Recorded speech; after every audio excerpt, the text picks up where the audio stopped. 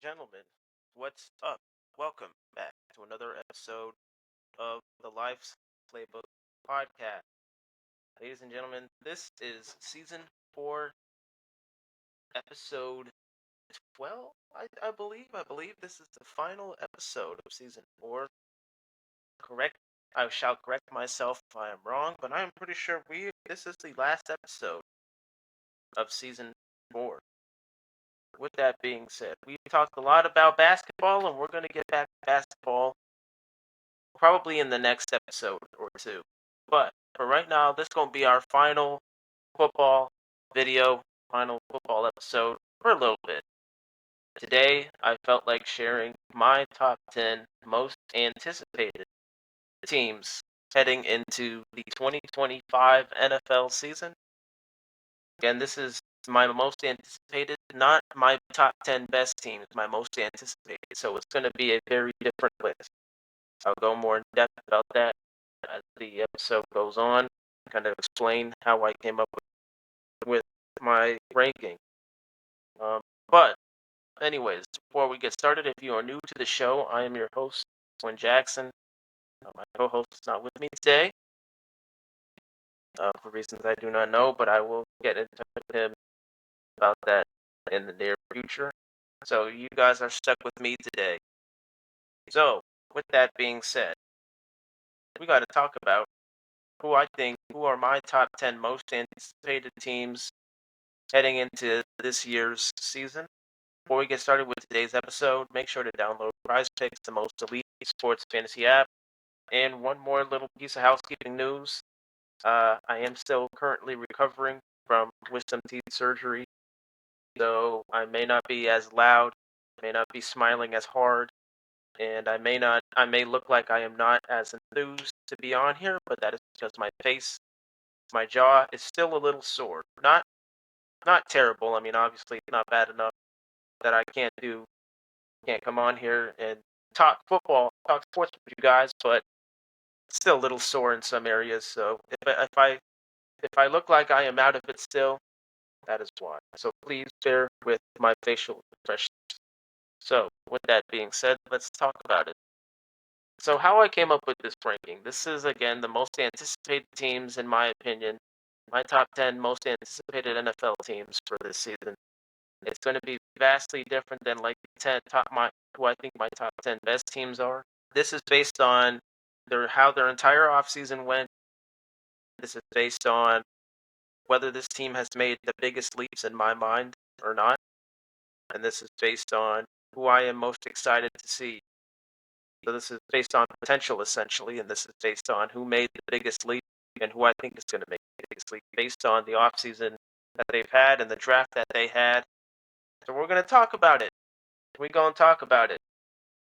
So we're going to go you know me, we start from the bottom up. So we're going to start from 10 all the way to number 1. And at number 10, this team, I don't know if you guys have, been around the show long enough, but I know I act like I'm not that high on this team, but I am to an extent, and I am anxious to see where this kid and how this kid looks in his sophomore season of football. So I have Commanders at number 10. I have them at number 10 because I'm not quite sure if they can replicate what they did in JD5's rookie season. It is going to be very difficult for him to be able to replicate that type of success. They did lose some pieces defensively, and I'm still, I'm not sold on that secondary still.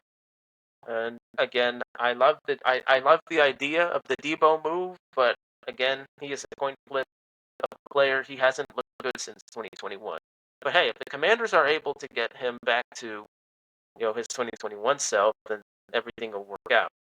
But defensively, I think that's where the holes need to be fixed, and I think that's where the holes need to be addressed. I'm not quite sold on that defense, and I'm not quite sold on Debo, but you know, no slight on Jaden Daniels. I think he's gonna, hopefully he doesn't hit a road bump like CJ, and I think he's I don't think he'll be able to replicate this exact success that he had as a rookie. I don't think he's going to be able to make another NFC champion. I don't think he'll make the NFC championship this year again, but I do think we will be seeing them in the playoffs yet again. But I got the Commanders at 10. I know, you guys been around the show. I talk like I'm not that high on them, but I am. I just don't think they're going to be able to replicate, the same type of success that they had in their rookie season. But we'll find out. We shall find out. I have the Commanders at 10. At number nine, I have a kind of a surprising team, in not only my own opinion, but this might be a surprising team for many people. I have the Dallas Cowboys at number 9, and this is mainly because they traded for George Pickens. I get they lost a couple of defensive vets. Dak is coming back off injury, and there's still huge question marks at the running back position. It's going to be interesting to see, the run game with Dallas, how they look. But I think they got a new head coach who's kind of unproven. So you could argue 9 and 10 for me. You could argue flip flop them because the Commanders have slightly better upside than the Cowboys on paper. So I have the Cowboys at 9 because I think they can still rebound. I think their division is somewhat easy in and of itself. I think Dak is going to come back and he's going to have a bounce back season because he's due for a bounce back season. So I have the Cowboys at 10. It's going to be tough. It's going to be tough a little bit, and it's going to, some of the question marks are going to get exposed this season about the Cowboys. But I think I trust the Cowboys slightly more to have a better season than I do the Commanders. But I have the Commanders at 10 and the Cowboys at 9. We got to move forward, which brings me to number 8. And that is the Packers. I got the Packers at number 8. I have Green Bay at number 8. Now, if they obviously the receiver room is still kind of up in the air. It's still kind of up in the air as to whether they have a solid foundation in that room or not. But they did. I like the effort that they made to go out and address it, drafting Trey Harris. I think he's going to be a phenomenal receiver for the team, and I think who knows, he could be the answer that the Packers are looking for. It's going to be interesting to see that secondary. I don't know what exactly is going on with Jair Alexander. The Packers are holding on to him or not. I haven't heard too much about him. He's kind of had a quiet offseason, but it's going to be interesting to see that defense, what it looks like. But I do think the Packers, they saw that receiver was a need, and I like the effort that they made to go out and address it. And I like how they drafted the rest of the way and how their offseason has looked. I think Jordan Love, if I said it in my last episode, if Jordan Love, he's able to fix those turnover problems, this could be a scary team. And I do think we could possibly see Green Bay in the playoffs yet again. It all depends on, that receiving core. Will they step up?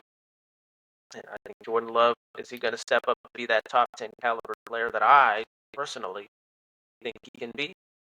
Well, I have Green Bay at 8. So as it stands right now, I have the Commanders at 10, Dallas at 9, Green Bay at 8, which brings me to number 7. And as much as I love the quarterback to this team, and I love everything that they've done this past decade, at number 7, I have the Rams. And I think this is mainly because they, draft-wise, nothing too special really happened draft-wise. They do have a slightly aging roster. They got an aging Matt Stafford, aging Devontae Adams. They got rid of Cooper Kupp. Puka is going to be the face of that franchise for a while. I think Puka's going to have a breakout season. He's going to have a breakout year. I think this could be Matt Stafford's last ride. Y'all know me. I love Matt Stafford. Never hate on the guy. But mainly nothing really to do with the way their offseason went. I just looking at this roster, it is getting old. Some of the guys on that team is getting old. they do have some promising upside talent with the youngins and Puka and Jared Verse. They got some upside to replace, some of these old heads that some of them could be their last ride. But nothing really, no slight on the Rams in terms of like how their offseason went. I just think looking at this roster, some of the guys like Matt Stafford, they're not going to be able to keep up with these younger cats for too much longer. But I am excited to see them and how they look this year. And I do think they will not only win their division, they will be in the playoffs yet again. So I got the Rams at 7, which brings me to number 6. Now this team is, you could say, another sleeper pick. Now I don't think this team is going to do good, but I do think I am very high on this team's defense based on how they drafted and some of the other signings that they made. Overall, I don't think the team is going to do that good. I don't think this team is going to be in the playoffs. That team is the New York Giants. I have the Giants at 6. Not, again, the team itself, I don't think is going to do that well. Offense, I still think they're a mess. That team is either going to be led by Jackson Dart or Russell Wilson, or maybe both. They might flip flop in and out between weeks. But I think offensively, that team is still a mess. A lot of hope in Malik Neighbors. A lot of hope in some of the other younger receivers on that squad. It's just that quarterback room kind of a mess. The offense is still kind of a mess. That offensive line is kind of shaky. Defense is really the big reason why I have them this high on this list because of what they did in the draft and drafting Abdul Carter and all the other offseason defensive signings that they made. Defense is kind of really the only reason why I have the Giants this high on the list. I think this is going to be a scary defense to watch, and it's going to be a fun defense to watch for the Giants. And I think Giants fans, you guys should be proud that you're going to have a defense that, on paper, is looking to be like a top 5 defense in the league. But we'll find out. It is the Giants, and they have a lot of holes still. Got a lot of problems. But their defense is mainly the big reason why they're this high on my list at 6. So I have the Giants at 6, which brings me to my top 5. So, for those of you who have forgotten my list, I'll give you a quick little recap of what it is shaping up to be so far. Again, this list is based off of the upside, the potential, and what they did in the offseason. This isn't based on who's better than who. This is based on who I think is going to be a more exciting team to watch, who I think has a lot of upside, how they looked in the draft, and who I think is going to make a big leap. So, with that being said, at 10, I have the Washington Commanders. At 9, I have their division rival Dallas. At 8, I have the Packers. 7, I have the Rams. And 6, I have the Giants. So, that is my list so far in this episode. Brings us to the top 5. And you could argue really any of these top 5 teams, in my opinion, they could be one because I really, these next 5 teams that I'm about to name, I really like what they did. I really like how they drafted, and I think they have not only have a young team ahead of them, but they got a lot of upside in these young cats. So you could argue a lot of these guys could be a lot of these teams, excuse me, could be number 1. But with that being said, let's get into my top 5. At number 5, I have probably another surprising sleeper pick. I have the Tampa Bay Buccaneers as my number 5 team, who I am most excited to watch. I think Baker's going to have another good solid year. I think this team is not only going to win their division, but they're also going to be in the playoffs yet again. Baker's going to have another solid year. I love the way they addressed their defensive needs in the draft, and after getting Emeka Ibuka, they went full defense, and I love how they put their attention on their defensive needs and that secondary need. I love how they address their needs. They got Chris Evans and Chris Godwin. I think they gonna give them. Well, we know Chris Evans and Chris Godwin. They're gonna be consistent as usual. I think Bucky Irving, he's heading into his sophomore year, phenomenal rookie season. I think the train doesn't stop. I think the train keeps going, and he's going to have another good season. I just think that, you know, they got a lot of upside. They got a lot of young talents. They got a lot of upside. They addressed some deep needs on the team defensively, and this could be an exciting team to watch. I'm excited to watch Emeka Ibuka, see him in the lineup. I'm excited to watch Bucky Irving step up from where he, stopped in his rookie season. Dude is a phenomenal running back. I think he's going to be phenomenal again in his sophomore season. I got the Tampa Bay Buccaneers not only winning their division and not only making the playoffs, but I have them at 5 on my top 10 most anticipated NFL teams for the 2025 season. Which brings me to number 4. Now, this team is another team that is going to have a very good defense. They're going to be a very high-powered defensive team offensively. They're going to be good as well. I'm not trashing on the offense, but defense is really going to be the cream of the crop for this team. They play in arguably the tightest division in the AFC. I'm not going to say all of football because you could argue the NFC North could be in contention for the hardest division. But this team, defense is definitely going to be the cream of the crop for this team. And that team is the Denver Broncos. Yes, I have the Denver Broncos at 4. Again, you could really honestly put any of these top 5 teams that I have at number 1, and I wouldn't be mad because it makes sense. But I just think the Denver Broncos, they are setting themselves up tremendously well on defense. Bo Nix, I think, is going to have a breakout season. He's going to have all the offensive help he can get. He's going to have a solid offensive line. He's going to have a solid running game. I'm not going to say that the run game is going to be stellar, but I think it's going to be a solid run game. It's going to have a solid pass game. I think Cortland Sutton has a breakout season. I think he's going to have another 1,000-yard season yet again. Defensively, again, I could go all day long about this defense and how on paper, this defense looks like a top 3. I'm going to say it. On paper, the Broncos defense looks like a top 3 team defensively. Will it shape up to be that way? We shall see. But I really, really like the defense on this team. I'm not going to say the defense is going to carry this team because they have a more than capable offense to output points. But defense is going to be the cream of the crop for the Broncos. They not only did they make it better in the offseason, but they're building their pieces not only around Bo Nix, but for a successful defense in the long term. So I have the Denver Broncos at 4.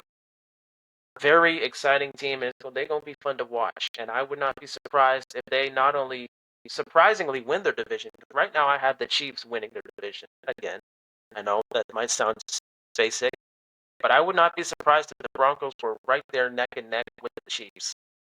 So I'm excited for the Broncos, and I like how they're shaping up to be, and they gonna be special. They gonna be special defensively. So I got them at 4, and that brings us to my top 3. My top 3. These are teams that I just am riding the hype train on. These top 3 teams, I am riding the hype train on. So, without further ado, let's start with number 3, and that is a NFC North team.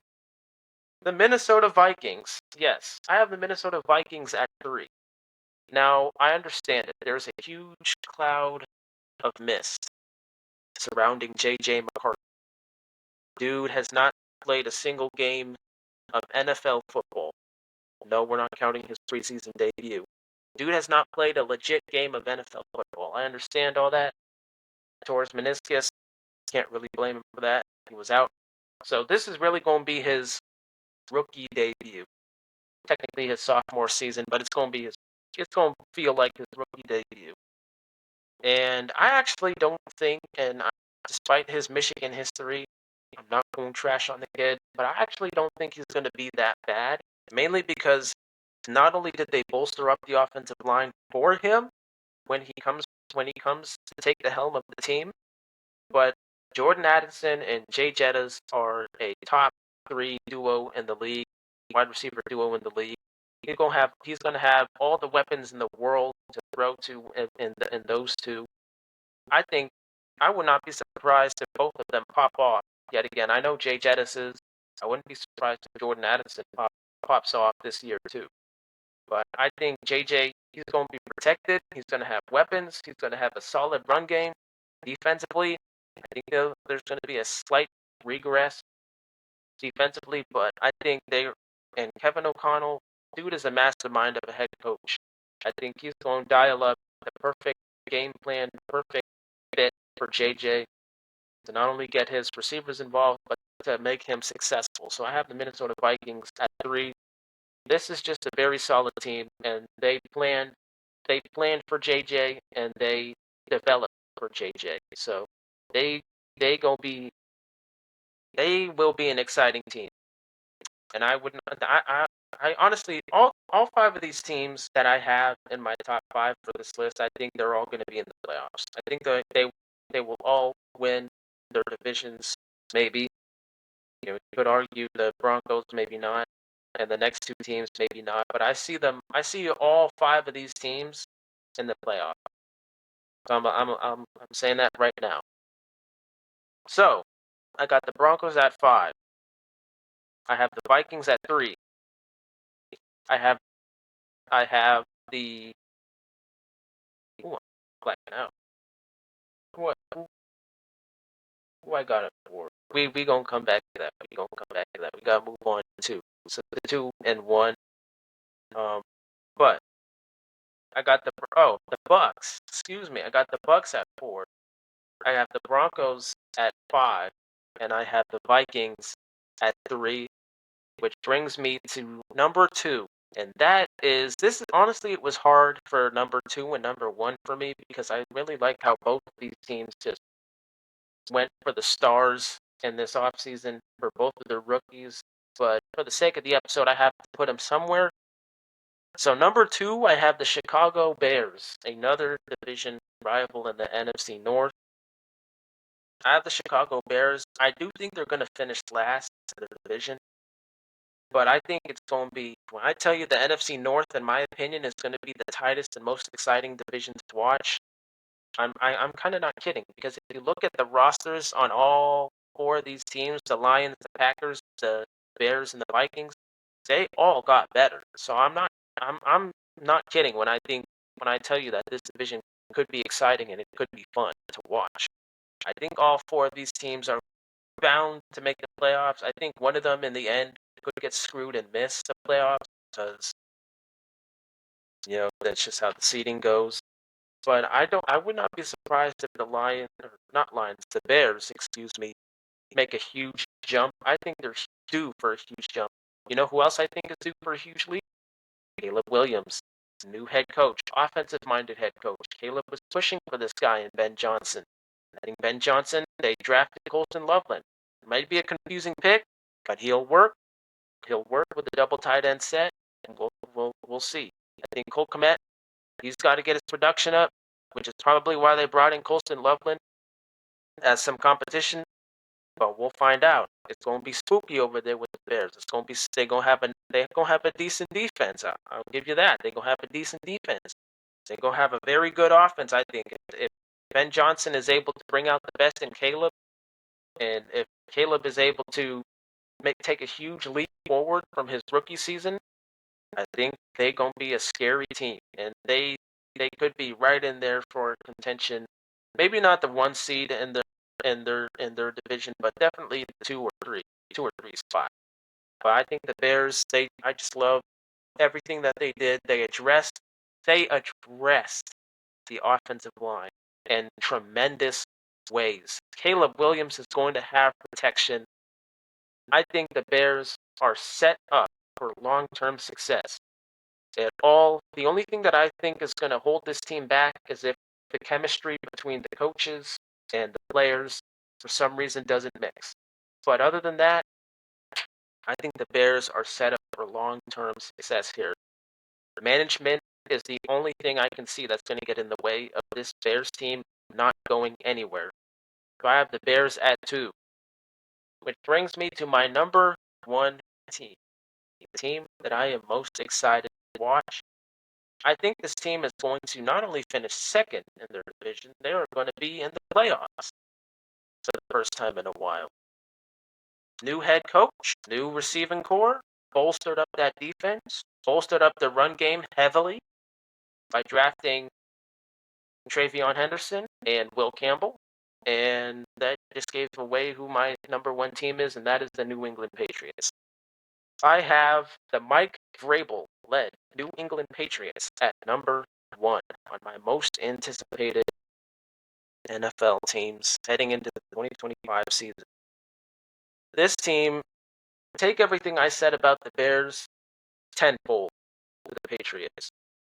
Mike Vrabel is setting up a beautiful, beautiful run game, and I mean beautiful. Travion Henderson, dude is going to do phenomenal things, and if he doesn't, I don't know what league we're going to be watching.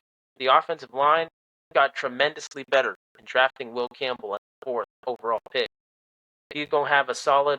Travion Henderson is going to have a solid, strong foundation of an offensive line to run behind. Drake May finally has receivers. Now, granted, Stephon Diggs is looking a little fishy right now with the drama that's going on.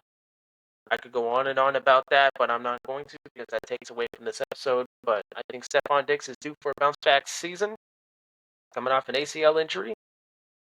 I think Mac Hollins is going to be solid. He was solid with the Bills. I think he's going to be solid with this team. I think the running back load with Ramondre Stevenson and Travion Henderson is going to be exciting. They're going to have a very powerful run game. The Patriots are going to have a very powerful run game. I'll say that much.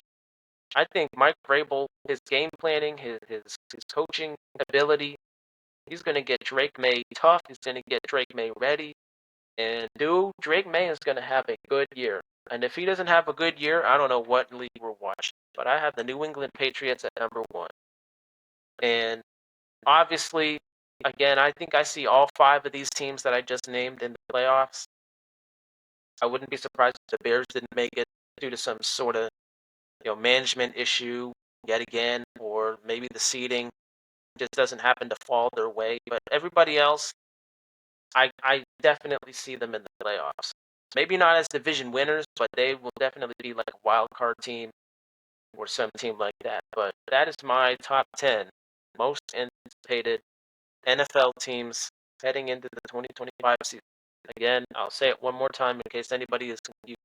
This list is not based on who I think is better in general, not based on where they finished last season in 2024. It's not based on any of that. It's based on who I think has the most upside for the future, who I think is going to be an exciting watch, and who I think is going to take the biggest lead. I think the Bears and the Patriots are going to take the biggest lead out of all the teams on my list. Not saying none of the other teams aren't going to do that either, because maybe with the Giants offensively, maybe the Giants proved me wrong and they actually have a decent offense and they can get stuff cooking over there. Who knows? Maybe the Commanders do replicate the type of success that they had in Jaden Daniels' rookie season. Who knows? But only time will tell.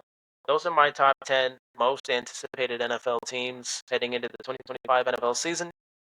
Let me know what you guys think down below on my list. If there are any sleeper teams that I may have left off the list, any honorable mentions, any rankings that you think should be flip-flopped between the teams that I have named, as well as what do you think on where I have your team placed. With that being said, I will catch you guys Thursday for the next episode of the Life's Playbook podcast. Till then, peace out.